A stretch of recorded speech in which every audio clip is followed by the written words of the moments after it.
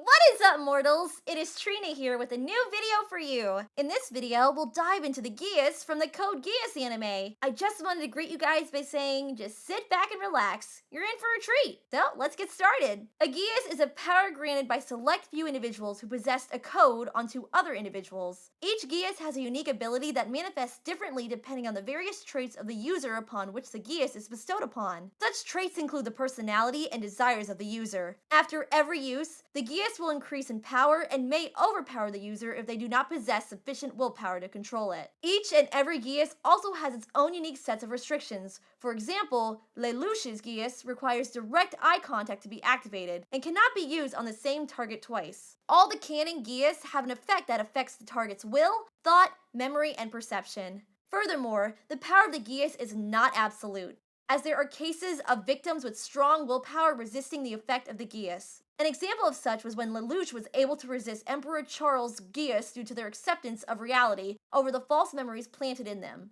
There were also the cases of Nunnally and Euphemia temporarily resisting Lelouch's Geass. However, in those cases, the resistance was proven futile, and the effects of the Geass activated successfully in the end. Initially, every Geass manifests itself in only one of the user's eyes. However, as a Geass increases in power, will start to manifest in both of the user's eyes. However, overuse can cause the Geass to lose control and become permanently active in a state known as a runaway Geass. There are also cases of a perfect Geass where the user gains the ability to steal the code from a code bearer, making the former code bearer mortal again, and causes the user to become a code bearer themselves. A code bearer is an immortal, immune to the effects of the Geass, capable of granting others a Geass. It is also said that once a Geass user becomes a code bearer, their Geass ability is lost in exchange for the code, which manifests itself as a tattoo on the user's body. Throughout the anime, there have been several notable Geass users, with the most well-known being Lelouch, which is the power of absolute obedience, which enabled Lelouch to manipulate his victim's mind using eye contact, allowing Lelouch to give his victims orders which they are incapable of refusing. This ability is unable to affect the same target a second time and can last for an indefinite duration of time, as shown when Lelouch ordered Suzaku to live, which was effective for the whole anime. The second Geass revealed is Mao's Seal of Absolute Sound, which enabled Mao to read the thoughts and memories of his victims. The effect weakens as the range increases and is incapable of reading memories that the target has forgotten. The powers of this Geass backfired when he became a runaway Geass, causing Mao to be forced to constantly listen to the thoughts of anyone around him, which eventually drove him to madness. The third Geass is Charles' Geass, which is able to alter an individual's memories without restrictions upon making direct eye contact. Using this ability, Charles using his Geass was capable of completely altering his victim's personality and even disable another's Geass by removing the target's memory of ever having a Geass. Furthermore, the target's senses can be sealed by altering the victim's past experiences. Charles is also one of the rare cases known as the perfect Geass, retaining full control of his Geass even after manifesting his Geass in both his eyes. This allowed Charles to seal Vivi's V2 code, gaining him immortality. The fourth Geass is Rollo's Seal of Absolute Suspension, which allows the user to suspend the perception of time for everyone within his sphere of influence. This may at first seem to be an extremely broken Geass, but alike most Geass comes with its own drawback which nerfs its abilities. In the case of Rollo's Geass, it is the effect that using his Geass will cause his heart to stop beating, which limits the duration of the ability. The amount of stress on Rollo's body is also dependent on the number of people Hit's Geass affects, with it getting significantly more difficult to use as the number of targets increase. The next Geass is Cece's, C2's Geass, which was bestowed upon her all the way back during the medieval era. Her Geass was affected by her desire to be loved, manifesting in a way that would force anyone affected by it to fall in love with her without fail. Upon her Geass manifesting in both her eyes, C2's predecessor forces the code upon her and commits suicide in front of C2's right after. After obtaining the code, C2's Geass was instantly lost, releasing everyone affected by her Geass, letting us know that either the Geass and code cannot coexist within the same user, or the Geass is lost once the person who bestowed the Geass upon the user is dead.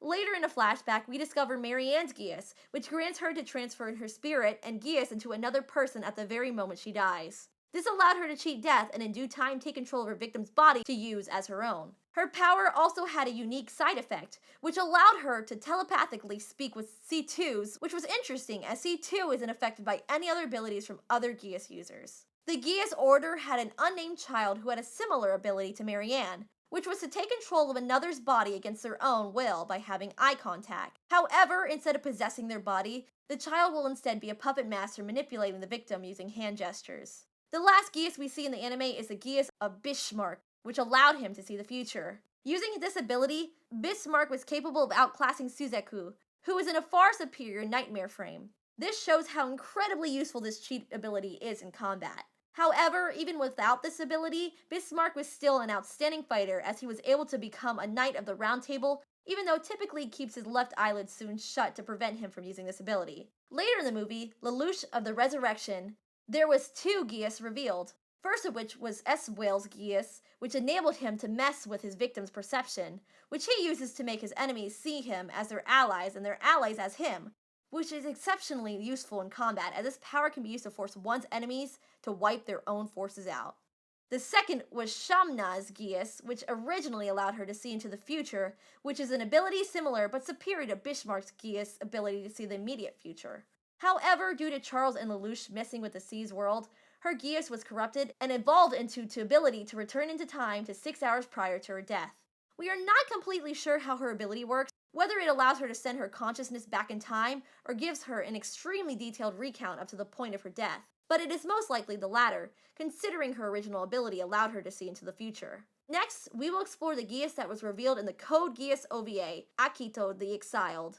Akito the Exiled introduces 2 new Geass, with the first being Shin's Geass, which allows him to command those that he loved to commit suicide by simply telling them to die. This restriction is due to Shin's belief that life is a curse, and his wish to relive his loved ones of said curse.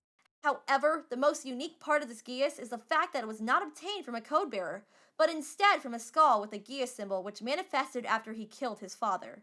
The second Geass, introduced in Akito the Exiled, is another special case, as it has lied dormant for the user since childhood, which caused it to become only a fragment of a Geass. The Geass belongs to Layla, and has the ability to connect the minds of people, and was created due to her desire for friends and foes to develop an understanding of one another. The Geass, when activated, has a unique blue color in contrast to other Geass, which were red in color. This unique color is a side effect of being only a fragment of a Geass and not a complete one. However, even with the immense power of the Geass, there was a method that allowed them to be cancelled easily, which was Jeremiah's Geass Canceller, which manifests as a blue inverted Geass on Jeremiah's left eye. The Geass Canceller allows Jeremiah to automatically reverse the effect of the Geass within the range of its effective range. Thank you all for indulging yourselves in all this information thus far. I hope you enjoyed it. Now, there are a few more things that I'd like to go over before the video ends.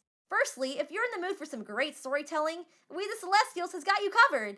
Our We the Celestials My Hero Academia and Naruto What If channels retell the story of their namesake anime with a twist. Check it out if you're interested.